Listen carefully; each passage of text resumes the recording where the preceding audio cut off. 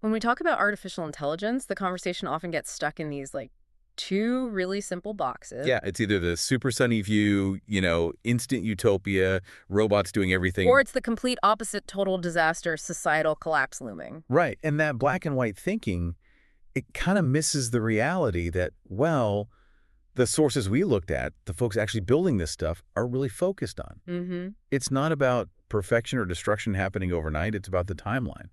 We're heading into, well, a pretty messy, uncomfortable transition, maybe 10, 15 years. In that transition, that's what we're calling the tough years. And, if there's one really big warning buried in all the expert analysis we read, it's this. Yeah. You really, really do not want to be financially vulnerable when this period hits peak instability. Beat. Welcome to the deep dive.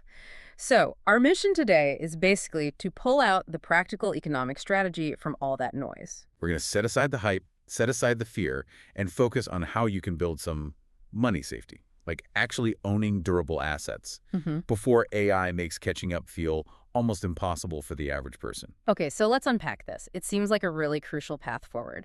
First, we need to nail down why that 15-year mess seems, well, inevitable, and why banking on a safe job is actually a dangerous idea. Then we'll pinpoint those three kinds of core assets that AI just can't replicate. Yeah, the stuff it can't copy. And finally, we get to what sounds like the most powerful strategy: how to actually control the gateways in this new AI-powered economy. Let's do it. Okay, starting with this unavoidable 15-year reality.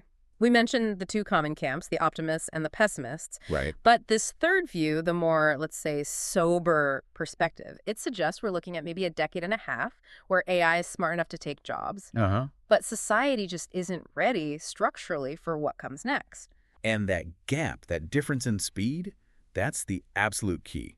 Technology moves like code, it's exponential, it copies itself, improves almost instantly. Yeah. But governments, big institutions, they move at the speed of, well, bureaucracy.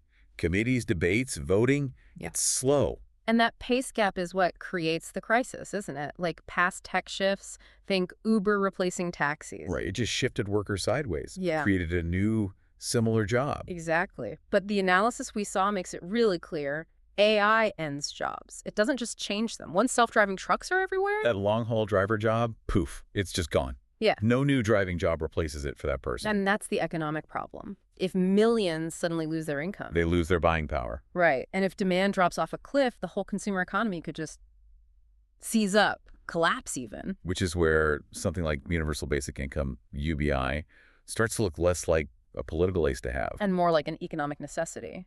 Exactly. It might be the only way that people without jobs can keep buying anything, keeping enough demand alive so the businesses that do survive don't just fold. So UBI becomes this kind of mandatory safety net for the whole structure. Pretty much.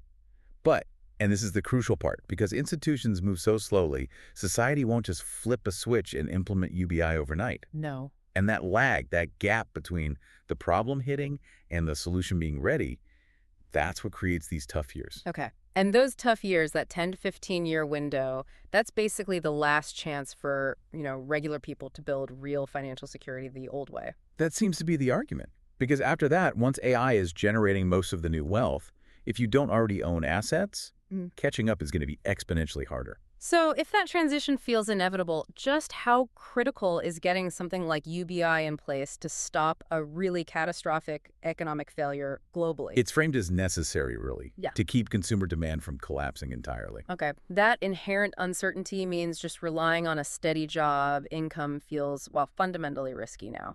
Totally. Which brings us to the next point. This really dangerous fantasy people have about certain jobs being safe from AI. Right. People are looking for shelter, naturally, but the data seems to debunk these hopes pretty systematically. Yeah, let's tackle them. Lie number one, creative jobs are safe, because they need feeling or originality. But the research suggests maybe only the very top, like 1% of artists, the ones with truly unique signature styles, might be okay. Because AI is getting incredibly good at handling the average creative task. Need a basic logo, a standard product description, background music for a corporate video, AI can do it. Faster, cheaper. and often good enough for 90% of needs. We're seeing tools now, like Suno AI. You give it one sentence and it spits out a full song. Lyrics, music, vocals, broadcast quality. It's wild. Wow. Okay, line number 2. Caring jobs are safe. Teachers, nurses. AI lacks empathy, right? True, it lacks genuine feeling. But the sources show AI is poised to absorb like up to 80% of the administrative and support burdens in these fields. 80%. So how does that play out? Take teaching. If AI handles all the grading, creates personalized lesson plans for each student, manages the endless paperwork. Then the human teacher's role changes. Massively. Suddenly, one human teacher might effectively manage a class of 100 students, not 30.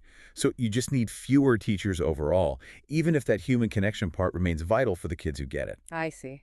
And in medicine. Similar shift. Highly skilled doctors might transition from doing the scan analysis to managing the AI that reads thousands of scans, 247, with incredible accuracy. Again, efficiency leads to needing fewer humans for the same output. Okay. And the third big one, line number 3. Manual jobs are safe. The classic AI can't swing a hammer or fix my leaky faucet. Yeah, but we got to remember the simple equation. AI is the brain. Robots are the body. Exactly. This shift will likely take longer, no doubt. Getting dexterous, adaptable robots is harder, but the progress is just dizzying. Like Boston Dynamics. Yeah, look at them. Or robot arms in kitchens cooking 1,000 perfect meals without a break. Construction bots building walls faster, straighter than humans. The cost is dropping. The capability is rising. You will displace manual labor eventually, globally. Honestly, it feels incredibly challenging to keep up with how fast everything is changing. I'll admit, I still wrestle sometimes with how to advise people on learning new skills when the target seems to shift every 6 months, Trying to find a safe job in this environment. One source described it like trying to hide on a tiny rubber dinghy during a tsunami. It just feels futile. So if pretty much every job category is unstable to some degree, what's the single most crucial quality an asset needs to have right now to survive this transition? Durability, definitely. And it must be something AI can't easily make or copy itself. Right. So if the job is being the rower on the boat and the boat's sinking. You need to own the boat itself. Or maybe a lifeboat. Exactly. So let's talk about owning the boat. These specific assets, the real things, AI can't just conjure up. The core strategy seems to be investing in kind of boring stuff. Assets with a long lifespan that this new, super efficient AI economy has to use. Okay, like what? Group 1. Physical spaces, but with strict rules attached. The key insight here isn't the building itself. It's the legal stuff. The licenses, the regulations, the zoning laws. Because government moves slowly. Glacially. AI moves at light speed, but getting permits. That takes time, money, lawyers. That regulatory bottleneck becomes the valuable asset. Okay, give me an example. All right, imagine AI instantly creates 100 amazing new cake brands overnight. Fantastic. But where do they legally bake those cakes for sale? They need a licensed commercial kitchen. Bingo. If you own that licensed kitchen, all 100 AI cake companies might need to rent space from you. Or, say an AI discovers a revolutionary new drug formula. Still needs testing. FDA approval. Right. It must pay your licensed lab to do the required FDA trials. The value isn't the lab equipment nearly as much as the license protected by the Food and Drug Administration. AI can't just code its way around that. So the asset isn't the physical thing, it's the bureaucratic moat around it. The months of paperwork, the fees, the audits. AI can't fast track that. Precisely. Okay, group 2. Human services, but based on trust and status. This feels counterintuitive. If everything gets automated and cheap, Humans will suddenly pay a massive premium for genuine human connection, reassurance, and, well, peace of mind, status. the trust economy. Yeah.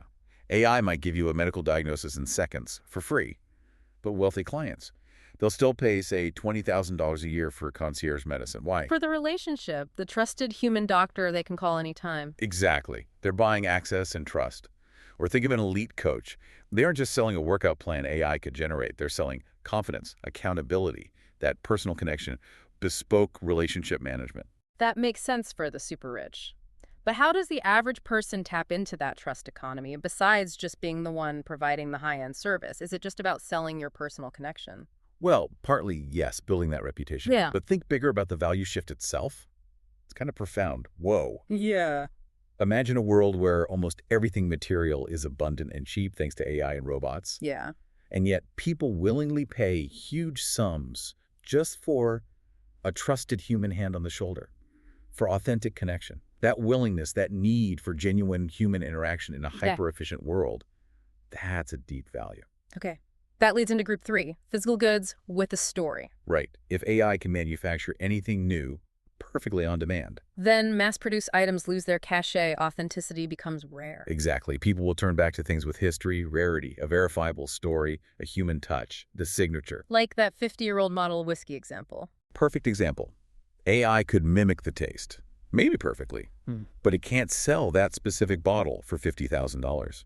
Why? It doesn't have the story. It didn't sit in that barrel for 5 decades. People pay for the history, the uniqueness AI can't replicate. Or like handmade furniture from a famous artisan. The signature matters.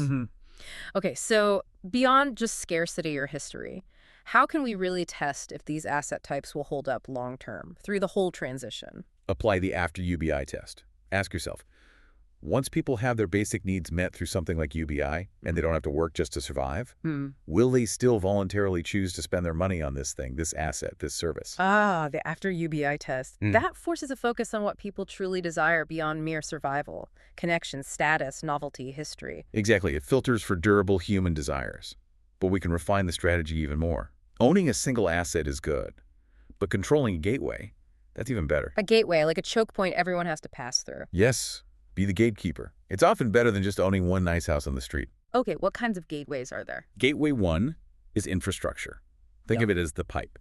The goal here is to own some physical necessity that all these new AI-driven businesses need, no matter what specific product they're selling. So you're not competing with the 100 AI t-shirt companies. No way. Yeah. Instead, you own the specialized fabric printing factory they all have to use. Or you own the key temperature-controlled warehouse in the region that all the AI gourmet food delivery services rely on. And you charge everyone a fee to use your pipe. You got it. You're tolling the AI traffic. Okay. Gateway 2, distribution. The door. Right. AI can create the perfect personalized movie or app instantly? Great. But how does that amazing creation actually reach 100 million potential users? It needs a distribution channel, a door. We see this already, right? Apple's App Store. It's a classic gateway. They don't make most of the apps, but they control the main door to the users, and they take their 30% cut. A toll for access. Exactly. In the physical world, this could be controlling the main logistics hubs, the last-mile delivery networks in a big city. Power concentrates at that access point. And the third gateway, this sounds like maybe the strongest one, regulation or the rules. Yeah, this one's powerful because it's protected by government inertia. AI can't lobby Congress, it can't vote, it can't rewrite zoning laws itself. So if you hold a specific, hard-to-get license. Like a license to operate in a highly regulated industry. Handling specialized medical waste, importing certain controlled goods, running a specific type of bank, having mineral rights. Then any AI company wanting to operate in that space. They have to partner with you or maybe acquire you. They can't just code a workaround for the legal requirement. The license is the unavoidable gate. And because getting or changing those licenses takes so long through government channels. They offer incredible stability, potentially for decades. A real financial moat during the tough years. That makes a lot of sense. But isn't there a risk in relying on bureaucracy? Couldn't a future government just regulate away your license, your monopoly? Oh, absolutely. All regulation carries political risk. But the argument in the sources is about timelines. The time it takes government to dismantle a critical embedded license, say, for a major resource is likely vastly longer than the time it takes AI to make a specific human skill obsolete. You're betting on inertia winning in the medium term. Okay. As we look even further ahead, the sources brought up a couple of really fascinating, almost strange ideas about how value itself might shift based on these principles. Yeah, 2 really interesting thought experiments. Strange idea 1. Homes become super cheap. The actual structure, anyway. Oh, so? Well, imagine AI designs flawless, optimized houses, and robots using advanced materials build them on-site in, say, 3 days. The cost of the building itself could plummet towards almost zero. So the house itself isn't worth much anymore. Right. The standard housing market might collapse. So where does the value go? It shifts entirely to the land. Location, location, location. Exactly. You can't 3D print more beachfront land. You can't AI generate more acres in a prime historic district or right next to that critical gateway warehouse we talked about. Unique, well-located land becomes the scarce, expensive thing. Wow. Okay, strange idea 2 involves a whole industry potentially vanishing, like farming. Yeah, imagine this. An AI perfects a food printer, like Star Trek Replicator Late. It uses cheap, basic nutritional powder, algae, insect protein, whatever, and synthesizes meals that are delicious, perfectly healthy, and customized to your needs. Okay, so world hunger solved, maybe? Potentially.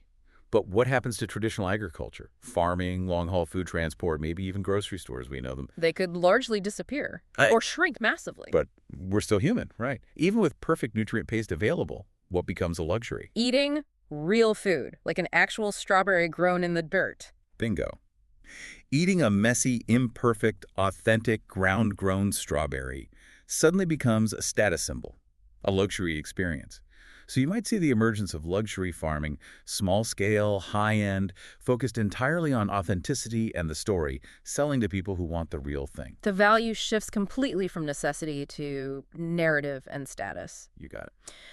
Okay, let's try to wrap up this deep dive into navigating the financial side of the tough years. The road ahead looks messy, definitely unstable, but the analysis suggests it is navigable. Yeah, if you act now. While the current economic rules are still, mostly familiar. The goal isn't to try and outsmart or outcompete AI at its own game of speed and efficiency. No, your job is to build a kind of financial fortress. Something that can withstand that 10 to 15-year storm before the new safety nets like UBI are fully in place and working. And that seems to boil down to 3 key actions right now. 1, act now, while things are still relatively stable. 2, own the gateway, that infrastructure, that regulatory license, that distribution choke point. And 3, focus only on assets that pass that After-UBI test. Things that tap into deep human needs for connection, status, history, authenticity. So if you manage to prepare successfully, if you build that resilience, and AI does eventually take over all the necessary boring work for humanity. It leads to a really big kind of philosophical question for you, the listener, to think about. Which is? If you no longer have to work just to survive, what will you choose to create?